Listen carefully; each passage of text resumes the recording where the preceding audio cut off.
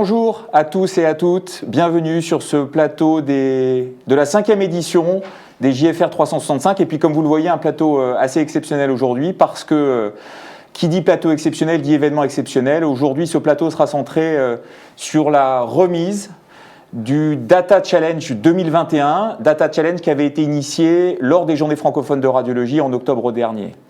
Et ce Data Challenge, il est exceptionnel à plusieurs titres. D'abord, c'est la 4e édition du Data Challenge, portée par la Société française de radiologie. Ensuite, ce Data Challenge, il est sur une thématique qui est originale et la Société française de radiologie est heureuse d'être la première société savante de radiologie à avoir initié un Data Challenge sur la création de données artificielles induites par l'intelligence artificielle. Et enfin, il est exceptionnel parce qu'il s'inscrit dans un partenariat. Nous aurons l'occasion d'en reparler, un partenariat entre la Société française de radiologie et le Centre national d'études spatiales. Alors, qui dit Data Challenge, naturellement, dit aussi participation très active du professeur Nathalie Lasso, que je suis très heureux d'accueillir sur le plateau. Nathalie, merci encore d'avoir organisé ce Data Challenge et peut-être de commencer, Nathalie, par en rappeler l'historique de ces Data Challenge maintenant. Bonjour Alain, je suis ravie d'être ici avec toutes les équipes. Et effectivement, je voudrais rappeler, en 2018, l'origine des Data Challenge venait de notre constat durant le RSNA, de cette thématique d'intelligence artificielle qui avait fait vraiment un raz-de-marée, et avec le professeur Jean-François Médère, donc président de notre société, qui m'avait demandé d'essayer d'initier rapidement, durant les JFR, cette thématique. Et entouré de jeunes qui travaillent autour de moi, dans le labo de recherche, on avait eu cette idée de lancer ces Data Challenge avec un objectif très précis pour la SFR. C'était d'essayer de faire un état des lieux de ce qui se passait en intelligence artificielle en radiologie en France et de voir comment était connecté le monde de la radiologie, le monde de la recherche et également le monde de l'industrie, donc les startups, les petites et moyennes entreprises, les grands groupes, de l'imagerie, mais peut-être pas que de l'imagerie. Et effectivement, on a eu des surprises. Et alors cette année, un Data Challenge original. Est-ce que tu peux nous en rappeler quelques éléments ? Comment il y a eu cette genèse de ce Data Challenge 2021 ? Alors oui, juste pour rappeler pourquoi cette année c'est vraiment différent. Sur les autres années, on a quand même lancé 11 Data Challenge sur 3 ans, sur de l'IRM, du scanner et de l'ultrason. On avait inclus en tout 12 000 patients. Et c'est vrai que la crise Covid a amené à essayer de réorganiser et de se réinventer. Et ton partenariat avec le CNES, finalement, nous a permis de se dire on va peut-être changer de formule et changer de thématique. Au lieu de produire des patients, peut-être aller sur une autre thématique. Et comme le temps du Covid nous a un peu déstabilisés, on s'est vite repris. L'idée, c'était plutôt de lancer la thématique pendant les JFR, de laisser pas mal de temps aux équipes parce que vous allez voir que ce qu'on leur a demandé était vraiment compliqué et ensuite d'analyser les résultats pendant un mois parce qu'on avait beaucoup plus de travail pour essayer d'analyser. Durant les anciens Data Challenge, on avait 1 heure pour analyser les résultats durant les JFR. Là, l'affaire était plus complexe.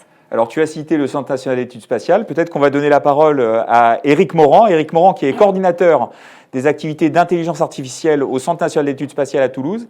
Éric, peut-être quelques points pour rappeler pourquoi ce thème intéressait particulièrement le CNES et quel regard a porté le CNES sur ce thème adapté à la radiologie. Oui, bonjour. Merci Alain, merci Nathalie, je suis ravi d'être ici. Donc oui, c'est un peu étrange de retrouver le CNES ici à la Société française de radiologie, puisque le CNES est chargé de mener les projets spatiaux. On travaille sur 5 domaines, les lanceurs pour l'accès à l'espace, la défense, les télécommunications, mais également l'observation de la Terre et les sciences. Et avec tout ce travail dans ces domaines, on a depuis des années développé une expertise sur le traitement de données, particulièrement en imagerie. Il se trouve que dès qu'on commence à traiter de l'imagerie, l'intelligence artificielle devient de facto un point de passage obligé pour pouvoir inventer, développer de nouveaux services. Dans ce cadre-là, le CNES a été très vite confronté aux problématiques des bases de données, puisque, un petit peu comme dans votre domaine, les bases de données qu'on trouve sont souvent rares en données. On cherche des patterns qui sont très peu représentés dans ces données. Labelliser une base de données, ça peut être très coûteux en ressources humaines et en temps. Et donc, toutes ces problématiques liées font qu'au final, on abandonne, ça devient très difficile de développer de nouveaux services. Donc, on avait essayé plusieurs méthodes standards on gardait toujours en tête cette idée de pouvoir travailler sur cette data augmentation. Et lorsqu'on s'est rencontré avec la SFR pour échanger sur des problématiques de santé spatiale, puisqu'il ne faut pas l'oublier, le spatial quand même travaille sur la santé pour la santé des astronautes, mais également développer des nouvelles méthodes de soins qui peuvent être utilisées à la fois dans l'espace et au sol, il est apparu tout naturel que cette problématique sur l'augmentation des données était centrale à nos domaines et un enjeu majeur pour pouvoir développer des algorithmes vraiment fiables et utilisables dans ces domaines-là. En tout cas, merci d'avoir partagé cette expérience parce que ça nous a permis aussi de réfléchir à justement, on est peut-être capable de faire la même chose sur des données radiologiques. Alors Nathalie, ensuite, comment a émergé le thème cette année? Comment est-ce qu'on est arrivé à créer ce thème du Data Challenge 2021? Alors, chaque année, en fait, notre objectif, et ça c'était vraiment une demande de Jean-François Médère, c'est de se dire de quoi on a besoin pour nos patients ou de quoi ont besoin les radiologues. Voilà. On voulait influencer un peu les startups et les grands groupes en disant nous on a besoin de ça. Et donc chaque année on s'adressait aux sociétés d'organes. Et c'est vrai que la SIAD a toujours été assez présente et dynamique. Et naturellement, je me suis retournée vers vous pour essayer de trouver une thématique. Et effectivement, ton équipe avec Sébastien Mullet, vous m'avez appris qu'un certain type de tumeur était extrêmement rare. Et vous avez été leader sur la caractérisation de ce type de tumeur. Et on est parti sur la thématique des carcinomes hépatocellulaires macrotrabéculaires. Alors, on accueille sur le plateau Sébastien Mullet, qui est connecté avec nous. Sébastien Mullet, qui est MCUPH aux hôpitaux universitaires Henri Mondor. Sébastien, bonjour. Bonjour Alain, bonjour Nathalie, bonjour à tous. Est-ce que tu peux nous rappeler du coup quel était précisément le thème et pourquoi c'était intéressant d'un point de vue radiologique, d'un point de vue clinique, scientifique, de faire ce Data Challenge sur la création de données, la Data Augmentation, sur cette thématique de tumeurs rares, de carcinome hépatocellulaire? Oui, tout à fait. Alors, le thème qui a été choisi, c'est effectivement un type particulier de carcinome hépatocellulaire. Le carcinome hépatocellulaire, c'est le cancer primitif du foie le plus fréquent. C'est un véritable problème de santé publique aujourd'hui, mais c'est surtout une tumeur extrêmement hétérogène avec un grand nombre de sous-types qui ont des caractéristiques à la fois histologiques, cliniques et en imagerie qui sont différentes et surtout avec des pronostics différents. Et il nous est apparu intéressant de s'intéresser à un sous-type en particulier, qui est le sous-type macrotrabéculaire massif, qui est un des sous-types les plus récemment identifiés. Pourquoi? Pour plusieurs raisons. D'abord parce que c'est un sous-type qui est relativement rare, peu représenté. C'est 10 à 15% des CHC pris en charge avec une intention de traiter curative. Donc c'est quand même un nombre relativement restreint de tumeurs. Et surtout, ce sont des tumeurs de mauvais pronostic qui sont associées à une récidive précoce supérieure aux autres sous-types de CHC, à une mortalité plus importante. Et donc, il y a un véritable enjeu à être capable d'identifier ces tumeurs de manière précoce. Ces tumeurs étant rares, agressives, avec une nécessité de les identifier de manière précoce, on s'est dit que c'était particulièrement adapté à ce Data Challenge et à ce challenge d'essayer de générer des images synthétiques qui permettent d'augmenter ces données. Un dernier point important, c'est qu'il existe des signes en imagerie qui nous permettent d'identifier de manière relativement fiable ce sous-type. Donc un enjeu encore supérieur à avoir des données d'imagerie en nombre pour travailler sur ce sous-type particulier qui peut être reconnu en imagerie.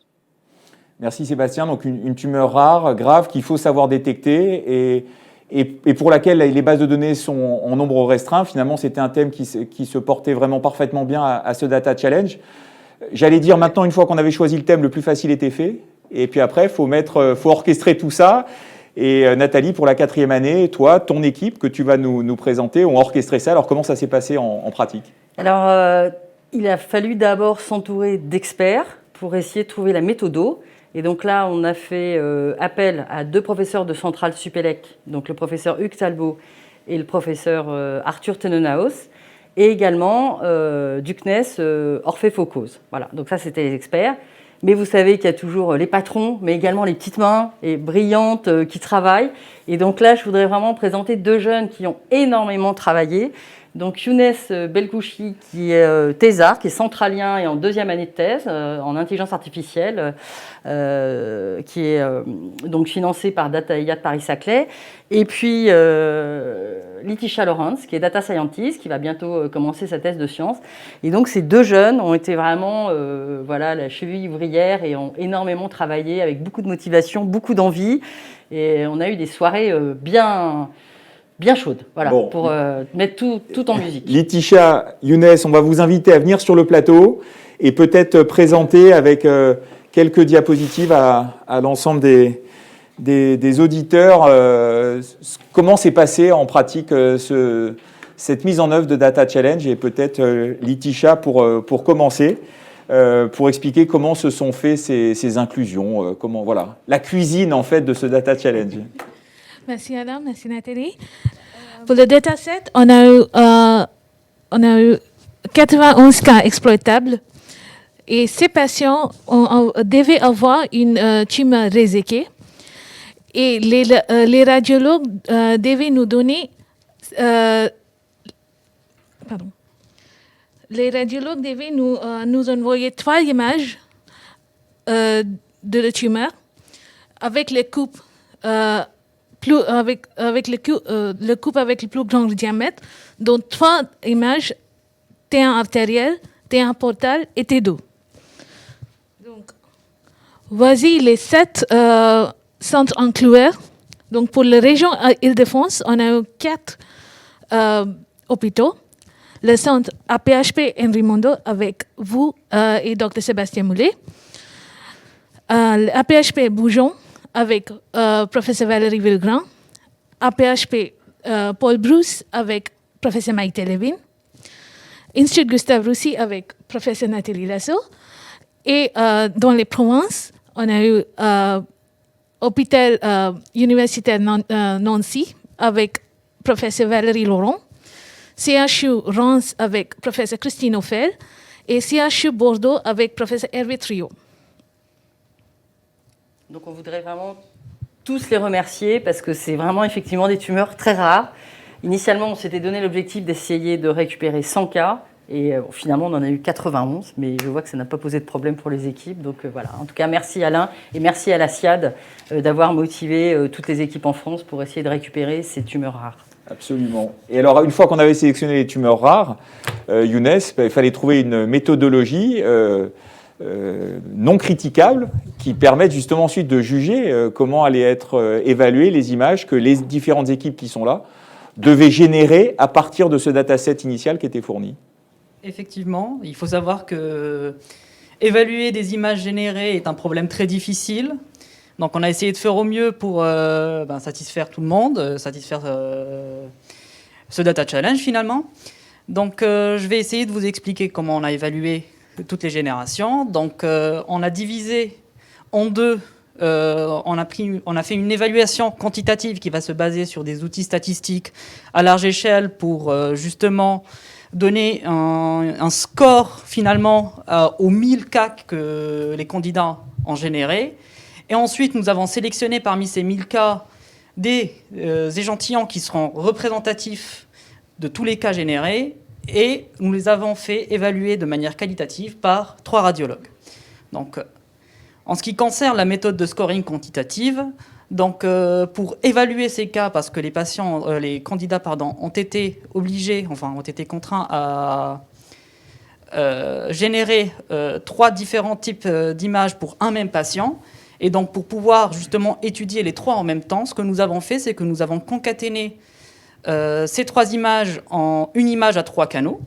Et ensuite, nous avons utilisé un modèle qui s'appelle l'Inception V3.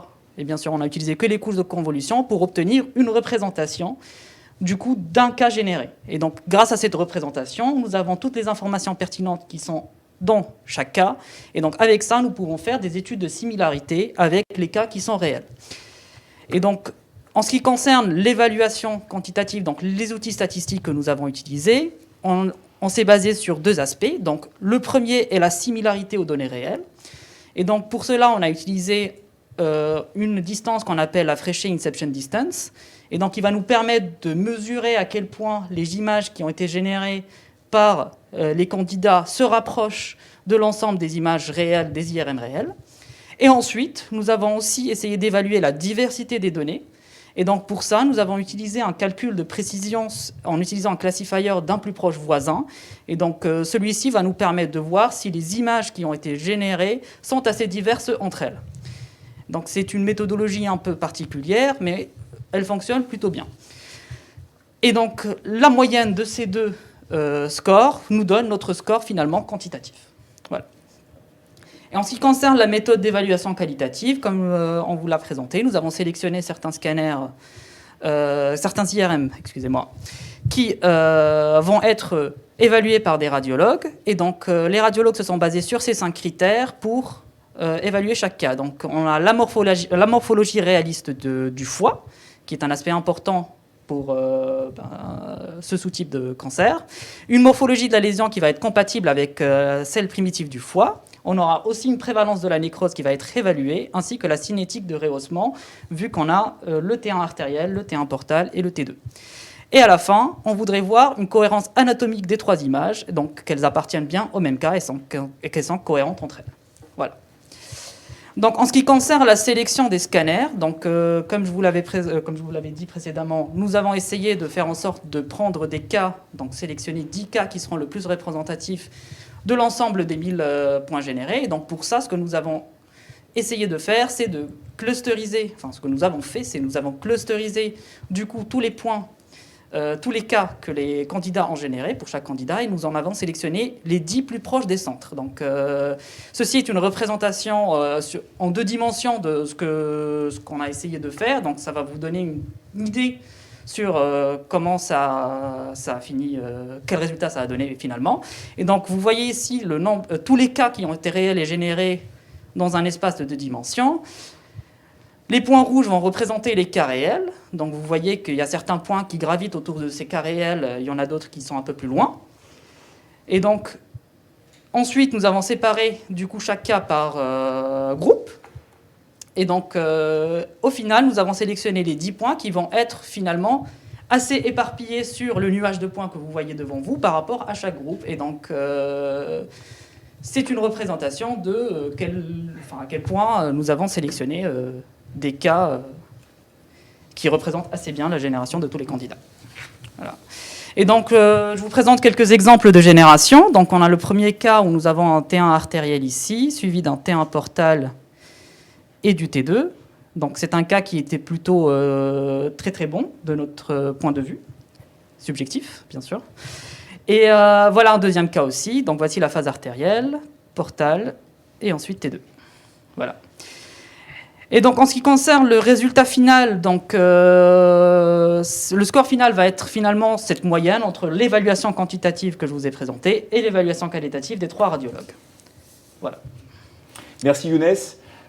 C'est assez fabuleux de voir les exemples qui ont été présentés. On est bien d'accord qu'on présente là le résultat d'une extraction aléatoire finalement, mais un peu orientée par les images qualitatives, d'un dataset d'images qui sont totalement artificielles. Il ne s'agit pas de données qui sont extraites d'une acquisition IRM, c'est bien de la recréation complète, à la fois de l'architecture, vous l'avez vu, du foie, de vertèbres et de la lésion avec ses caractéristiques, à la fois sur le T1 artériel portal et T2. Et je crois que ça, c'était un challenge qui était extrêmement difficile à tenir. Et on a été, nous, radiologues experts dans l'imagerie du foie, assez impressionnés par les résultats de ce qu'on a pu voir. Oui, tout à fait. Nous-mêmes, nous avons été vraiment très étonnés des résultats qu'ont pu fournir les candidats, parce que la plus grosse difficulté va être de générer vraiment tout un cas. C'est-à-dire générer une seule instance d'une image. Ça, nous avons dans la littérature plusieurs papiers de recherche finalement qui essaient d'effectuer cette tâche-là. Mais générer un cas où, en fait, c'est le même patient, mais selon 3 phases d'acquisition différentes de la même IRM, c'est quelque chose de nouveau et de très très difficile à réaliser. Merci Younes, merci Litisha, vraiment pour tout votre travail qui a été essentiel pour conduire ce Data Challenge. Alors maintenant Nathalie, il faut qu'on donne la parole aux aux équipes, à ceux et celles qui ont travaillé pour générer ces 1000 cas artificiels de datasets qui devaient contenir systématiquement un T1 artériel, un T1 portal, un T2, et pour ressembler le plus possible à un carcinome hépatocellulaire dans sa forme macrotrabéculaire massive. Et là, je crois qu'il faut qu'on donne la parole aux 5 équipes qui ont bien accepté de jouer à ce jeu extrêmement complexe. On est d'accord. Et donc, on va commencer par la première équipe qui s'est inscrite au Data Challenge. Finalement, lors de déroulement, ça va être la première qui s'est dit allons jouer, allons-y. C'est l'équipe de Thales avec Geoffrey Portelli et Mehdi Gendoubi. Bonjour, donc je suis Mehdi Gendoubi, le responsable du département IA et Big Data de Sophia Antipolis et Lyon. Et je suis à la tête de Data Scientists donc, qui ont participé à ce Data Challenge. Et j'aimerais les citer parce qu'ils ne sont pas tous présents. Donc c'est Georgia Diaconou, Perrine Barral, Adrien Gascuel, Raphaël Rotti, Julie Gallière, Jérémy Combe et Geoffrey Portelli. À qui je passe la parole. Donc je suis Geoffrey Portelli, je suis Data Scientist à Thales Services Numériques à Sophia Antipolis. Et donc, c'était un pur plaisir de travailler sur ce Data Challenge. Effectivement, c'était très challenging et on a beaucoup appris. Et on espère pouvoir profiter des résultats avec vous très bientôt.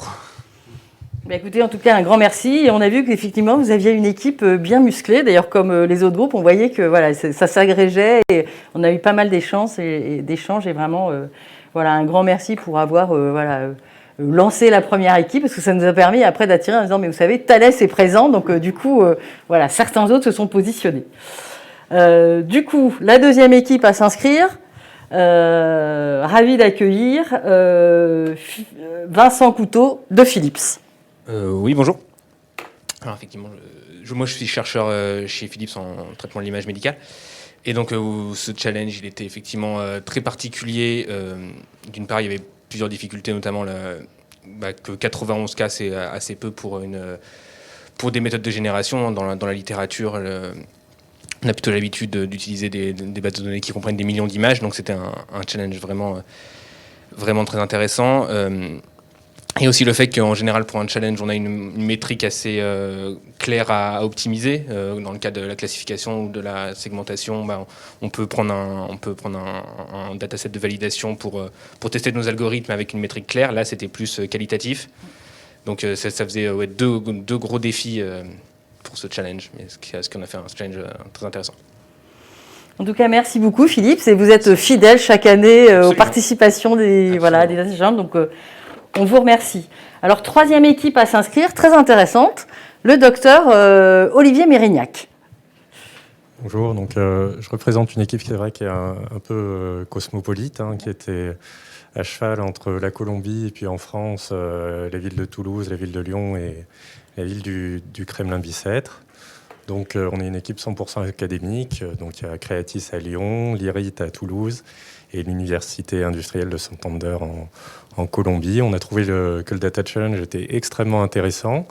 On avait le petit challenge en plus, nous, de respecter le RGPD et de traiter les données uniquement en Europe. Et on a pris beaucoup de plaisir à participer et on est content d'avoir remis un résultat. Voilà.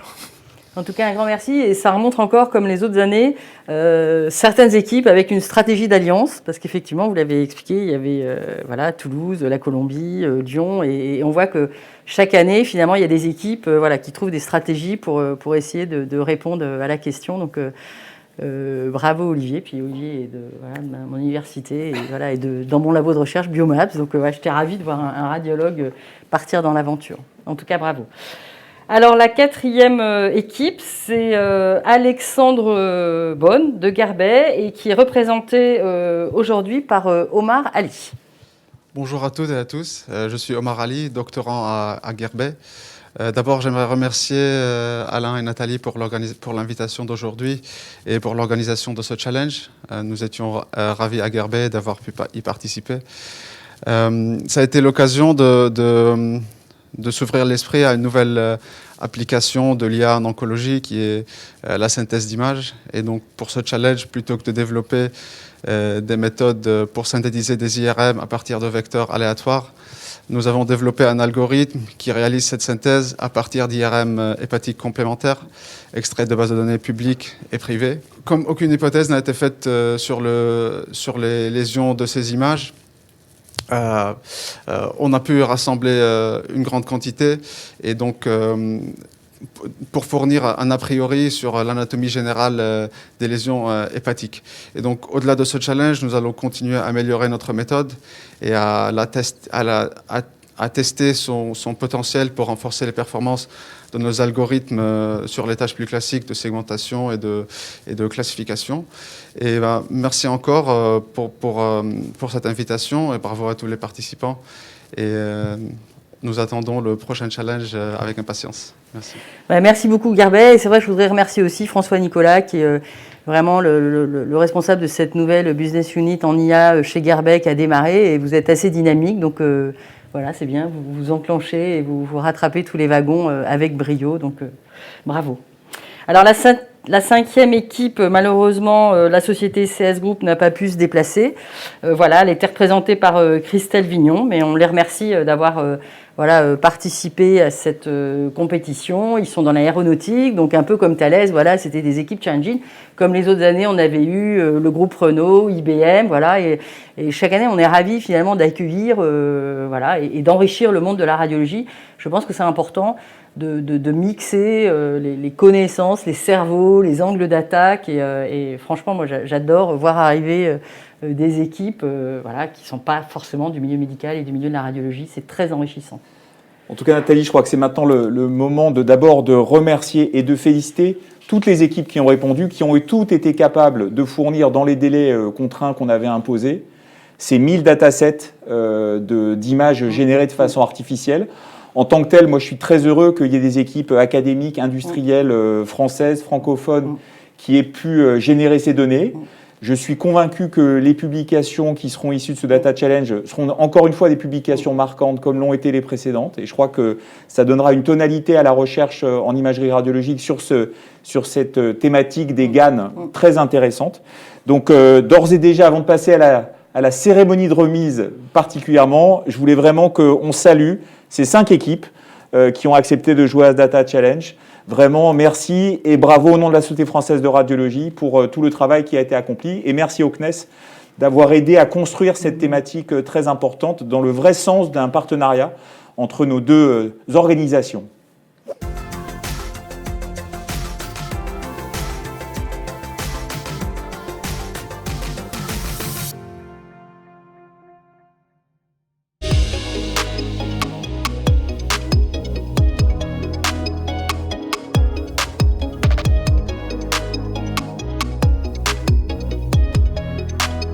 Le True Fidelity, technologie développée par GE Healthcare, est une technique de reconstruction d'images en scanner qui apporte une vraie rupture technologique par rapport à ce que l'on connaît. Les techniques de reconstruction précédentes, la reconstruction itérative, permettaient de réduire significativement la dose d'irradiation, mais modifiaient la texture du bruit, ce qui était une limite pour beaucoup de radiologues. Le True Fidelity permet aujourd'hui de s'affranchir de cela. On obtient une diminution du bruit très importante, un contraste dans l'image important, mais avec une texture du bruit qui est préservée.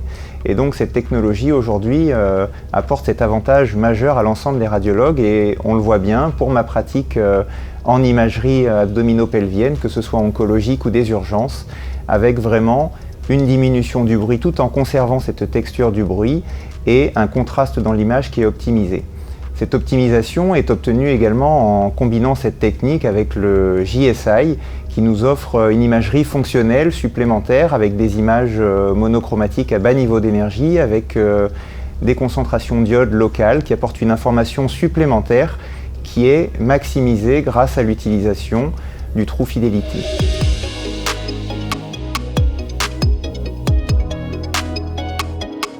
L'intégration des outils de reconstruction basés sur le deep learning et la RECON-DL de notre service s'est passée de façon très aisée parce qu'il s'agit en fait d'une méthode de reconstruction d'images et non pas de nouvelles séquences. Donc les manipulateurs ont pu travailler avec des paramètres qu'ils avaient tout à fait l'habitude de travailler et le rendu était immédiat avec un résultat en termes d'amélioration de la qualité d'image et réduction de temps d'acquisition qui était assez important.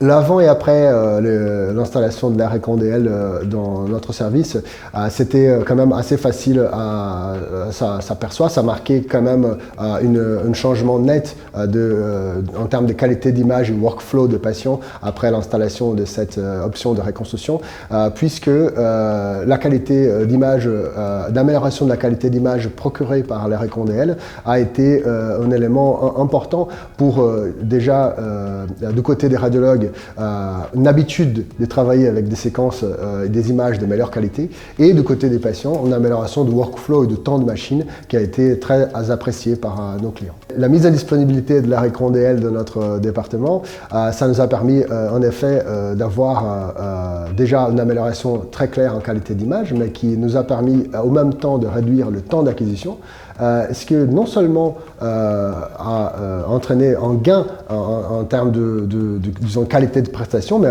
ça nous a permis d'enrichir également les examens qu'on réalise, comme on a de temps supplémentaire, avec des séquences complémentaires comme l'ostéo, pour la visualisation des calcifications et des structures osseuses, mais également d'autres plans d'acquisition, des séquences en GT, qui peuvent s'introduire dans notre workflow de façon beaucoup plus aisée qu'auparavant, ce qui marque bien le clivage entre le avant et le après la mise en disponibilité de la RECON-DL.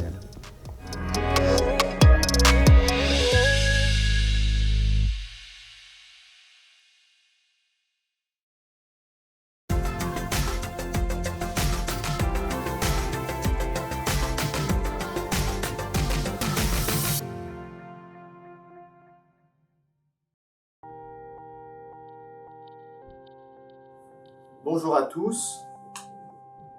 L'échographie prend aujourd'hui une place croissante dans la prise en charge et le diagnostic des patients porteurs de stéatose hépatique pour se diriger progressivement sur l'évaluation de la stéatohépatite.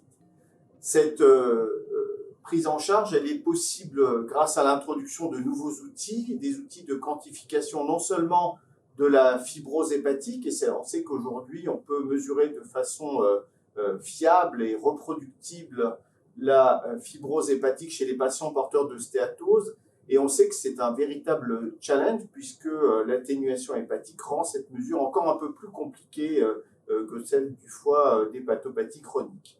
Parallèlement, on avait déjà depuis plusieurs années cette capacité à l'œil d'évaluer le gradient hépatorénal, le gradient d'échogénicité hépatorénale entre le rein droit et le foie droit, pour autant qu'il n'existe pas de pathologie rénale diffuse.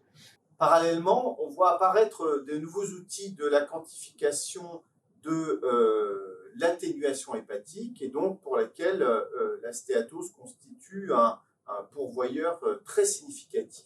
Cette mesure de l'atténuation hépatique, elle est non invasive, elle est facile à faire, elle est réalisée dans le foie droit avec une technique qui est très proche de celle de la quantification de l'élasticité du parenchyme, et elle est possible au cours d'un examen de routine. Elle ne prend que quelques minutes, et vous verrez au cours de l'étude que nous allons réaliser chez ce patient diabétique sévère, mal équilibré pendant plusieurs années et insulino-requérant, une application pratique. Donc aujourd'hui, je vais vous parler de la quantification de la graisse hépatique, et en particulier pour les patients suspects de NASH, de stéatohépatite non alcoolique. Et donc nous sommes ici avec un patient diabétique d'une 60aine d'années qui présente un diabète relativement déséquilibré depuis une 15aine d'années et qui nécessite à la fois la prise d'antidiabétiques oraux et d'insuline le soir. Le bilan hépatique biologique est perturbé et il nous est adressé pour quantifier la fibrose et la stéatose. Et ces deux examens vont de pair. Dans un premier temps, la quantification de la fibrose hépatique par élastographie par onde de cisaillement. Et donc la troisième mesure que l'on va garder. Et puis enfin, pour terminer, donc nous allons caractériser la stéatose hépatique aussi par un nouvel outil qui est la mesure de l'atténuation. Et donc 0,72 encore, donc vous voyez des valeurs qui sont extrêmement proches les unes des autres. Voilà, donc le bilan de cette atteinte du parenchyme hépatique, dans le cadre de cette atteinte de cette stéatohépatique non alcoolique chez un patient diabétique, comprend l'ensemble de ces mesures. Et ces mesures vont permettre de suivre l'évolution de la maladie. Et elles sont évidemment couplées à l'analyse du bilan biologique, à l'analyse du parenchyme hépatique. Et dans le cadre de cette évaluation, donc le patient va bénéficier d'une IRM et d'une biopsie hépatique, car il s'agit d'un premier bilan. Voilà, je vous remercie. Innovation and you, Philips.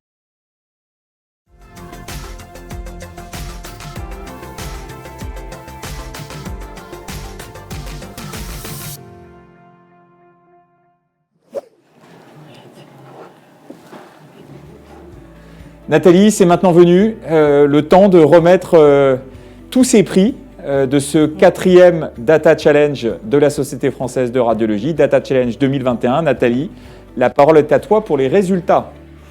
Alors, nous allons commencer cette année exceptionnellement. Nous allons remercier les 2 jeunes qui nous ont accompagnés, parce que sans eux, je pense que voilà, on aurait vraiment du mal à arriver. Et donc, je vais remettre les 2 premières médailles à Younes Belkouchi et Litisha Lorenz. On peut les applaudir.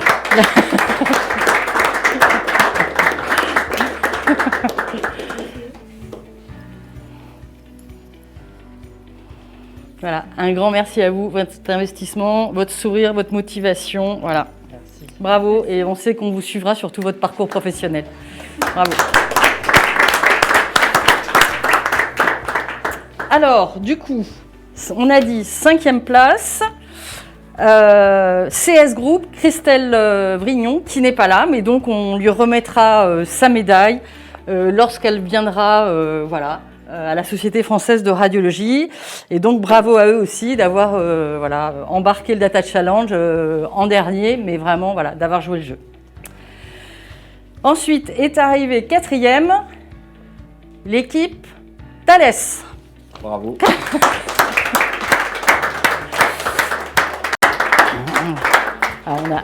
Alors c'est pour... Voilà, en tout cas, un grand merci pour votre motivation, votre enthousiasme, les échanges, voilà. Oh oui, félicite. Alors, est arrivé 3e, Olivier Mérignac, voilà, avec son équipe.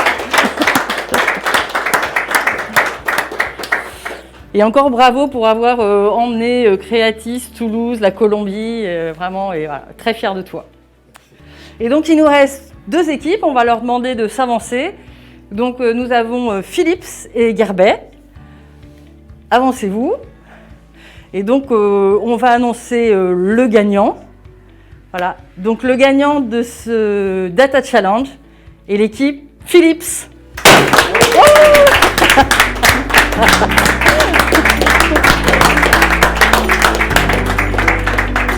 Alors je vous remets le trophée. Voilà, la médaille pour toute l'équipe.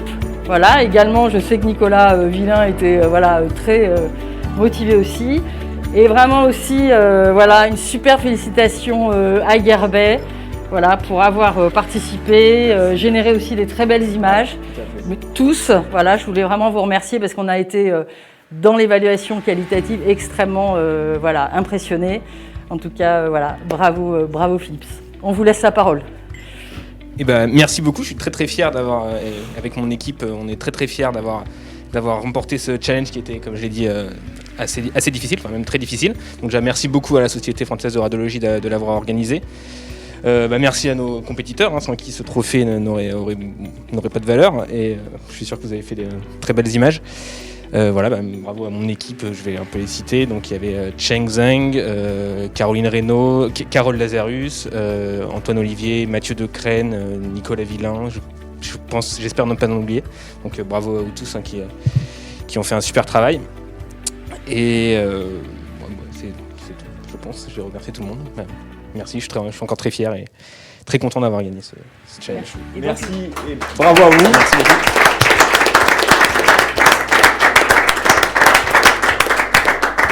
Nathalie, on est à l'aube des JFR présentiels. Donc, dis-nous quelques mots. Le Data Challenge, le 5e, il aura lieu en octobre. Dis-nous, même format différent. Alors, notre président, donc le professeur François Coton, qui a organisé, lui, un challenge Mikai, voulait revenir à la formule Data Challenge pendant les JFR. Donc, cette année, nous allons vous annoncer effectivement la thématique. Très rapidement récolter cette fois-ci des cas cliniques, donc on repart sur les anciennes formules avec sûrement une très grande database en fonction de la thématique qui vous sera annoncée, et la compétition aura lieu pendant les JFR sur place avec tous les data scientists et les chercheurs, avec cette émulation sur le forum IA voilà, qui était souhaitée par François Coton et que tous les industriels attendaient effectivement. Voilà.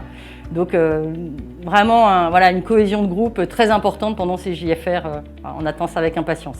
Nathalie, un grand merci. Au nom de la Société française de radiologie, je voulais remercier ton équipe qui était présente. Je voulais remercier le CNES qui nous accompagne maintenant depuis 2 ans dans un partenariat, je pense, très constructif. Encore bravo et merci aux équipes d'avoir concouru à ce Data Challenge. Et puis on ferme ce plateau en se lançant sur un petit film qui va justement annoncer le thème du Data Challenge 2022.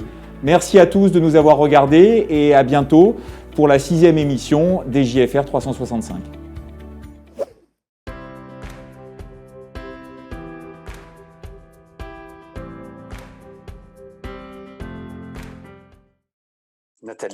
Nathalie Lasso, vous avez l'honneur d'organiser de nouveau le challenge d'intelligence artificielle pour cette 72e édition des Journées francophones de radiologie. Donc on a beaucoup de chance parce que les précédents challenges étaient exceptionnels. Alors c'est quoi la thématique de cette année ? Alors j'ai l'honneur de vous annoncer que cette année, les équipes vont travailler sur l'embolie pulmonaire. Voilà, c'est une très belle thématique qui a été choisie par la CIT. Vous savez que chaque année, une société d'organes en fait, voilà, propose une question. Et donc, c'est Mathieu Lederlin, président de la CIT, qui va mener avec brio ce challenge en binôme avec moi. L'embolie pulmonaire, c'est une thématique essentielle qui va changer la prise en charge des patients. Je trouve ça excellent. Et puis, c'est pas aussi simple que ça. Proximal peut-être, mais lorsqu'on rend l'obervus segmentaire, c'est autre chose. Alors, pour cette édition 2022, présentielle, hybride ou virtuelle ? Alors, sur les conseils de notre président des JFR et toute la communauté veut du présentiel. Donc, cette année, on va revenir sur l'ancienne formule, c'est-à-dire qu'on va lancer les acquisitions là et la compétition se fera durant les JFR, donc sur le forum IA, là où il y a tout l'écosystème présent, donc tout le monde est ravi. Superbe, c'est vrai que ce forum IA, je ne vais pas tout vous dire maintenant, mais il va être assez exceptionnel au 3e étage. Et d'un point de vue très pratico-pratique, si des équipes veulent participer à ce challenge, et il y en aura beaucoup, comment font-elles ? Alors, tout d'abord, il faut créer la database. Donc ça va être le rôle de la CIT avec Mathieu Lederlin. Et donc, il a pour ambition, et je sais qu'il va le dépasser, il le veut, créer une database de plus de 1000 patients, donc 500 scanners normaux et 500 scanners avec embolie. Et ensuite, les équipes vont pouvoir se constituer à partir du 15 mai. Et on va revenir donc sur l'ancienne formule. Rappelez-vous, l'objectif du Data Challenge, c'était de faire vraiment un écosystème. Et donc, dans chaque équipe, on demandera qu'il y ait au moins un radiologue, un élève ingénieur, parce que ça nous permet après d'alimenter finalement nos laboratoires de recherche avec ces jeunes brillants ingénieurs. Et puis, bien sûr, une start-up, un grand groupe, de l'imagerie ou pas de l'imagerie d'ailleurs, ou un laboratoire de recherche. Et donc, ces équipes vont avoir accès au premier dataset début septembre, donc pour entraîner les algos. Ensuite, en présentiel, ils devront venir au JFR pour l'ouverture que vous allez ouvrir, François, vendredi, lors de la première séance. Là, ils auront le 2e dataset où ils vont pouvoir bien sûr améliorer les algos. Et enfin, la compétition aura lieu dimanche avec remise des prix lundi. Ce qui est important, je voulais le dire, c'est que au RSNA l'année dernière, il y a eu cette thématique embolie pulmonaire. C'était uniquement diagnostic oui-non. Nous, on est plus ambitieux. Il y a une embolie oui-non, calcul du rapport ventricule droit, ventricule gauche, et surtout, comme vous l'avez dit, on voudrait vraiment connaître la nature de l'embolie et son score. Et donc, on va demander aux équipes de calculer le score de Quanadli. Et donc là, on voit que c'est extrêmement ambitieux. Rendez-vous tous durant les JFR. Merci beaucoup. Et un vrai challenge, détection et prédiction. On va bien plus loin que RSNA. Merci Nathalie et puis merci à Mathieu Ledernin aussi d'avoir accepté le défi. Merci à tous.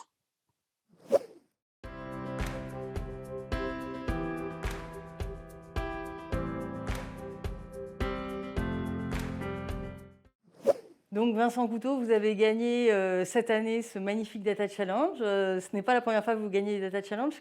Quelle a été finalement votre expérience et votre ressenti cette année ? Cette année, comme je l'ai déjà expliqué, c'était particulièrement compliqué. On n'avait pas vraiment de métriques à optimiser. C'était surtout qualitatif. Et d'ailleurs, je tenais à remercier pour ça deux radiologues qui nous ont beaucoup aidés, qui sont le professeur Pierre-Jean Valette et le professeur Laurent Milot du CHU de Lyon. J'en profite également pour remercier une personne de l'équipe, Anna-Cécilia Vlachot-Mitrou de notre équipe que j'ai oublié de remercier tout à l'heure. Et donc oui, ce challenge, on est particulièrement fiers de l'avoir gagné parce qu'il était très compliqué, avec peu d'images pour entraîner des modèles génératifs. C'est vraiment compliqué. Et ça nous a permis beaucoup de progresser dans la maîtrise des modèles génératifs, qui est une technologie assez différente de ce qu'on fait pour la segmentation ou la classification dont on a plus l'habitude. Voilà. Écoutez, on espère que cela vous permettra de progresser encore et de nous aider pour nos patients et de nous proposer des nouveaux produits en R&D. Donc voilà, un grand merci à vous. Merci beaucoup à vous. Merci beaucoup et rendez-vous pour la publication donc, du gagnant. Voilà. Absolument. Merci. Et à l'année prochaine probablement. Et à l'année prochaine, bien sûr. Merci.